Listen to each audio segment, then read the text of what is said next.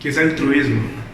De lo que yo tengo comprendido que es, vendrían siendo una serie de actos que se pueden realizar en los que uno no espera nada a cambio. Lo realiza pero no tiene una acción, no espera una acción que se retribuya. Bueno, ser altruista para mí es como generar un bien o hacer el bien por los demás sin esperar que eso sea correspondido o sin esperar que hagan algo por uno. Para mí el altruismo es hacer el bien para las demás personas, siempre buscar como ese bien común y a veces es como a costa del beneficio propio. Para mí el altruismo es un comportamiento, digamos, de los seres vivos en el cual, digamos, uno hace las cosas en beneficio de otro ser vivo. Pues en el caso de los humanos, en cuanto a, digamos, los beneficios de otra persona sin importar los daños para uno mismo.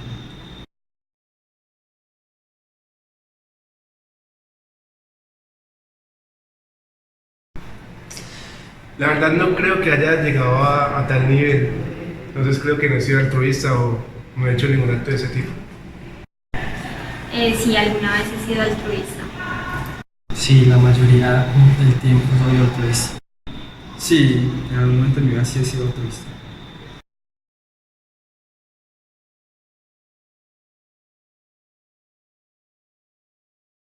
El egoísmo, pienso que viene siendo lo contrario del altruismo, es decir, uno buscar realizar acciones que lo beneficien a uno y simplemente a uno.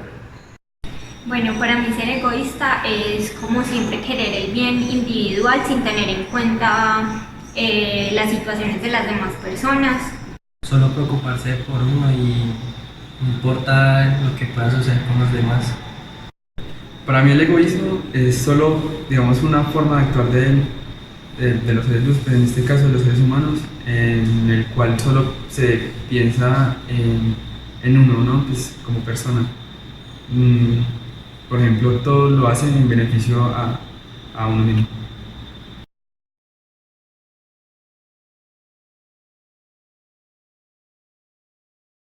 Buscamos colaborar con otros a cambio de obtener un beneficio propio también. Yo considero que sí he sido egoísta alguna vez en mi vida. A veces es un mal necesario, entonces en ocasiones sí. Sí, sí he sido egoísta.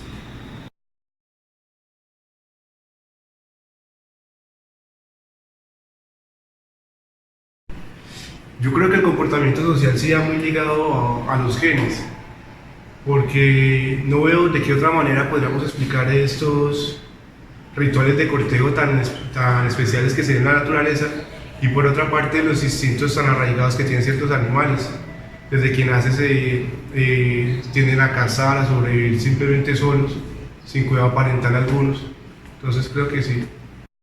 Bueno, yo creo que algunos comportamientos de los organismos sí están basados como en la genética de ellos, pero yo pienso que otros se basan como en las relaciones ya del ambiente que tienen, en los ecosistemas y en cuanto pues digamos al ser humano en la parte cultural que ya tienen como estructuras más avanzadas por decirlo así. No todos los comportamientos sociales pueden estar regidos por factores genéticos, pero hay ciertos casos, por ejemplo las adicciones, entre otras, que sí pueden estar influidos desde un punto de vista genético o epigenético. Pues a pesar de que haya mucha controversia en cuanto al tema, muchos comportamientos sociales sí están regidos de manera genética, pues sea directa o indirectamente por hormonas o por comportamientos. Muy bien. Ahora te invito a ti a que respondas estas preguntas. Si ya las respondiste, excelente. Ahora, permítenos guiarte a través de la información que está escrita en el paper que puede enseñar la genética microbiana a la sociobiología de Foster et al.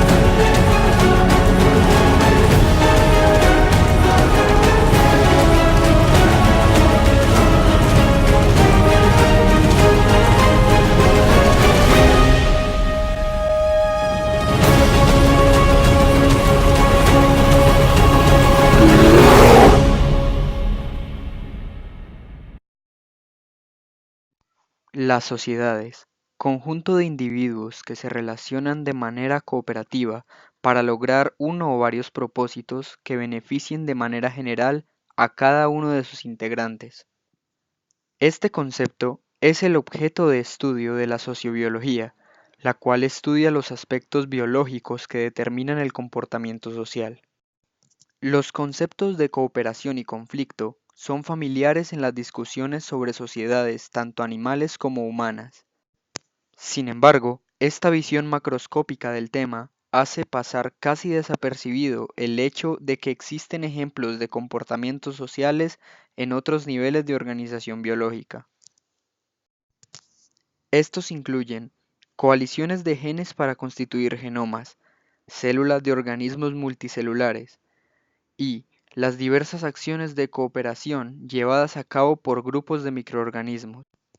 Estas formas de comportamiento social tienen claras diferencias con las de los organismos superiores, especialmente los humanos, para quienes la ética y la moral juegan un papel fundamental en su modo de actuar frente a sus semejantes. No obstante, estos sistemas simples tienen una de las propiedades fundamentales de un sistema cooperativo, una inversión compartida en un recurso grupal. La importancia de la relación genética en la evolución de la cooperación ha sido subrayada por varios estudios que han generado mutantes tramposos en el laboratorio. Estos mutantes se llaman así porque se comportan como tramposos sociales, es decir, individuos que obtienen el beneficio de los rasgos sociales al tiempo que contribuyen menos que el promedio al costo. En los casos más simples, estos son mutantes que no aportan un producto químico secretado que es compartido por todas las células. Por ejemplo, en las sociedades de la bacteria Myxococcus santus y el moho de limo Dictyostelium discoideum, se han identificado mutantes que producen en exceso las esporas a expensas de otras cepas en el cuerpo fructífero. Por lo tanto, ¿qué impide la propagación desenfrenada de estos mutantes en los sistemas naturales y el colapso resultante de los rasgos sociales? Esto podría ser explicado por las cepas de Pseudomonas aeruginosa, las cuales no producen sideróforos. Solo cuando los individuos no están muy relacionados, es decir, cuando los tramposos se mezclan con células que producen invertasa o sideróforos respectivamente, ellos obtienen un beneficio egoísta y por lo tanto se ven favorecidos por la selección natural. Sin embargo, cuando los tramposos solo cumplen funciones con otros tramposos, no hay células para explotar y lo hacen mal, es decir, tienen aptitud reducida. Bueno, hay mucho metal en el ambiente. Tenemos que reducirlo, nos va a matar.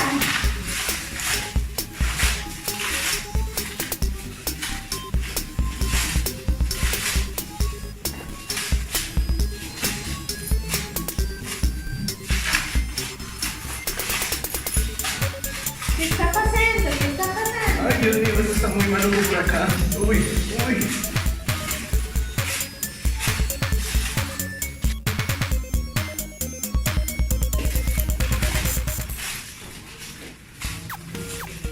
¿Qué están haciendo?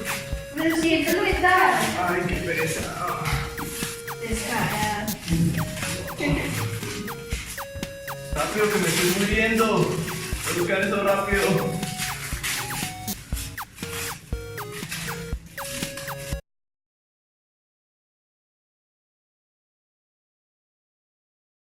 Al establecer las bases de lo que se conoció como teoría de la selección de parentesco, Hamilton previó que la relación que impulsa la cooperación surgiría a través de agrupaciones de familiares o parientes, como un grupo familiar en una colonia de insectos sociales o una bacteria en crecimiento que está rodeada por clones. Sin embargo, el científico Richard Dawkins también describió un experimento mental de otra manera en que podría surgir esta relación. Él se planteó si un gen que determina la cooperación podría identificar otras copias de sí mismo en otros individuos. Estos genes hipotéticos se conocieron como genes de barba verde después de que Dawkins desarrolló la analogía de un gen que codifica la barba verde como un acto altruista dirigido solo hacia los individuos de barba verde. La existencia de genes de barba verde fue hipotética hasta el descubrimiento de la hormiga de fuego roja Solenopsis invicta, del gen GP9, que codifica una proteína de unión a la feromona. Los trabajadores que llevan el alelo B recesivo de este gen matan a las reinas que tienen el alelo dominante, en colonias con múltiples reinas. En este caso tenemos dos hormigas obreras, Billy y Marco. Billy se encuentra en heterocigosis para el gen GP9. Por el contrario, Marco es homocigótico recesivo para el gen GP9. Marco, al no reconocerle el alelo recesivo en la reina, este la mata, intuyendo así que esta no es la reina de su colonia, sino de otra colonia. No fue hasta que se estudió un microorganismo genéticamente caracterizado y tratable que no se encontró la primera barba verde genuina de un solo gen. Por lo tanto, el fenotipo de la hormiga de fuego rojo probablemente es impulsado por un complejo supergénico.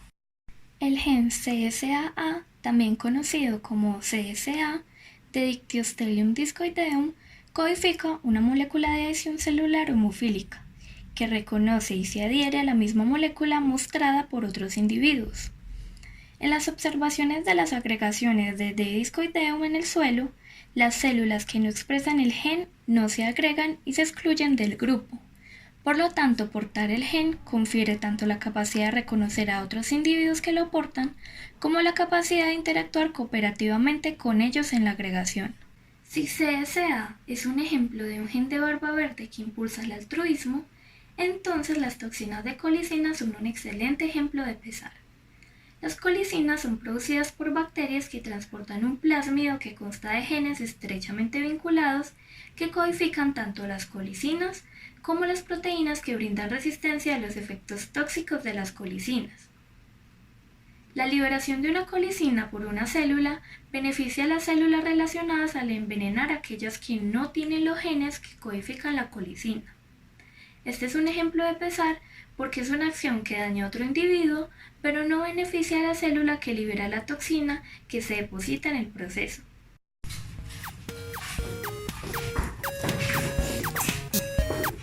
Hola amiga, ¿cómo estás? Hola amiga, ¿cómo te ha ido? Bien, amiga. ¿Ya te conjugaste? Sí, ya. ¿Y puedes codificar la colicina? Sí. Vamos a probarlo. Ay, qué bien, me alegro mucho por ti. ¿Y hacia dónde te diriges? Bueno, no sé. Hola compañeras, ¿cómo están? ¿Y usted quién es? ¿Cómo que quién soy? Soy de la misma especie de ustedes. ¿No me reconocen? No. Sí. ¿Codificas colicina? Colicina, sí, yo la codifico. ¿Seguro? Sí. Ay, ¿qué es eso? Ay, Mentiroso. ¿Y cómo íbamos? Ven, qué tristeza que no puede vivir. Mentirosos. Ambos ejemplos muestran cómo un sistema genético puede resultar en un mecanismo que identifica directamente la identidad genética de otros. Qué triste que no aprendan a conjugarse. Quizá era muy joven. No sabía de esas cosas. ¿Quieres ir a conjugar? Sí, vamos.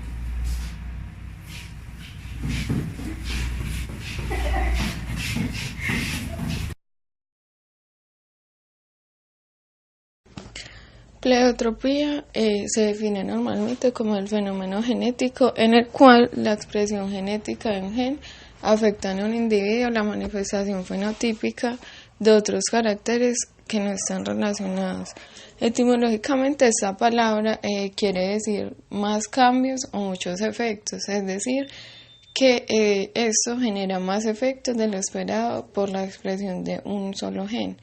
En un principio se creía que un carácter era controlado por un único gen, pero después con muchos estudios se dieron cuenta que hay caracteres o comportamientos que necesitan más de un gen para poder expresarse. En general, cuando se demuestra pleiotropía, es más apropiado decir que el gen responsable tiene efectos pleiotrópicos a que el gen es pleiotrópico. Pero pues no todos los genetistas o gente que estudia eso pues respeta esta convención, pero es importante destacar que el gen con efecto pleiotrópico codifica para un rasgo particular y no para la pleiotropía. Recientes estudios genómicos de la arquitectura de las redes genéticas revelan que la pleiotropía está más extendida de lo que se pensaba. En consecuencia, las nuevas mutaciones a menudo ejercen efectos en múltiples rasgos simultáneamente, lo que significa que la pleiotropía puede restringir la adaptación debido a que el cambio adaptativo en un rasgo podría verse comprometido por otros.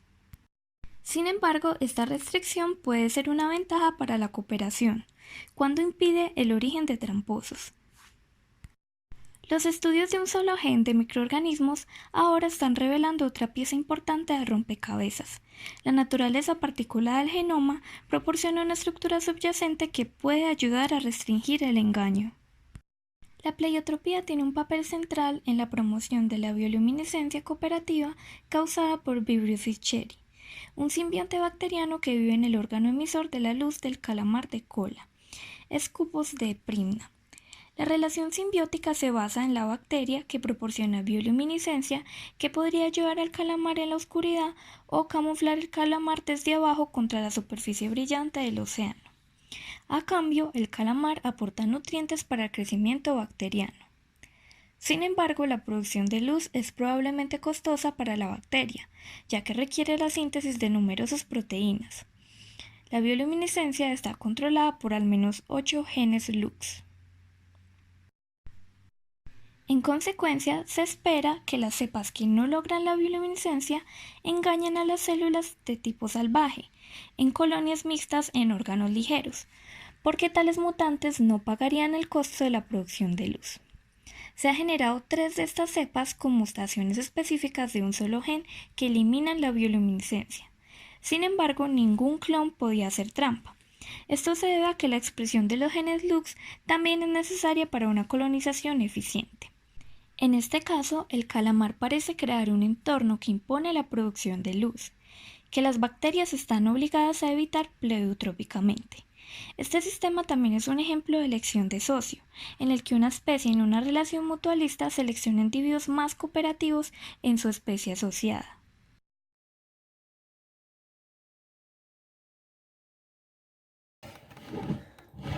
Los genes están compuestos por diferentes alelos que codifican a diferentes características fenotípicas, genotípicas y que influyen en la personalidad o el comportamiento de los individuos. De esta manera también influyen en las bacterias o diferentes microorganismos, como lo son también los virus, los hongos, entre otros. Codifican para producir diferentes proteínas o enzimas que realizan o le ayudan a realizar diferentes actividades, como lo son reducir diferentes compuestos que están en el ambiente, que pueden degradarlos o afectarlos de una u otra manera. Sin embargo, hay mutaciones que hacen que estos organismos, o bueno, algunos de ellos, produzcan una cepa que se les llama tramposos, son genes tramposos. De estos lo que hacen es que mientras unos organismos o individuos de la colonia están realizando diferentes actividades que son comunes en ellas, como reducir metales o producir nitrógeno, estos lo que hacen es que aprovechan que los demás están realizando sus actividades y entonces ellos no la hacen. O por otro lado, los nutrientes que tiene el ambiente y entonces se aprovechan para poder reproducirse. Sin embargo, llega un momento en que los genes tramposos dominan en la colonia y entonces los que son trabajadores, los organismos trabajadores, empiezan a decaer en su población y pueden llegar al riesgo de extinción. Sin embargo, aquí es donde aparecen los genes Fénix. ¿Y qué son los genes Fénix?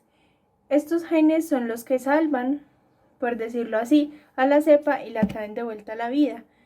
Estos genes vuelven a ocurrir donde estaban los genes tramposos y lo que hacen es que entonces la cepa ya no va a poder producir de nuevo el gen tramposo, sino que por el contrario va a poder producir una cepa donde los genes ya codifican para que todos los organismos de la colonia trabajen de igual manera y su reproducción sea más viable, donde puedan producir mayor número de esporas y su cepa o sus organismos vuelvan a poder repoblar y así volverse una colonia o cepa, o por el contrario pues una especie más derivada que la anterior y no pues tenga riesgo de mutación tan alta como la tenía la anterior.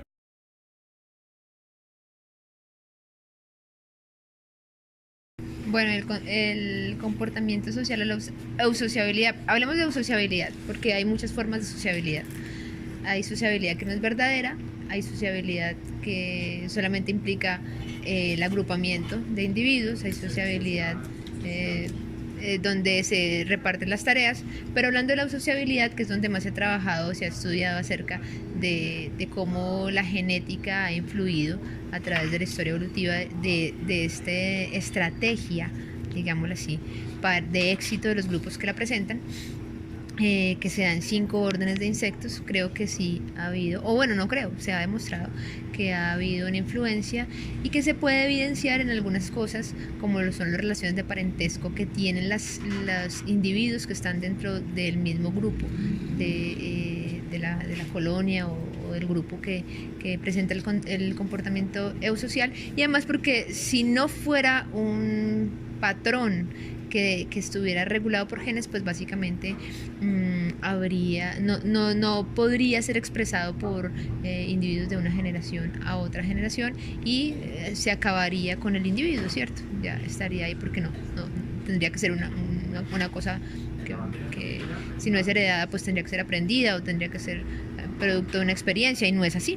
Básicamente la sociabilidad es una estrategia evolutiva de unos grupos que les ha funcionado súper bien, que les ha permitido mantenerse, y de hecho que dentro de los insectos son algunos de esos grupos los que presentan las abundancias más grandes y estrategias que les permiten tener amplias distribuciones y mantenerse en el tiempo y en el espacio como especies exitosas.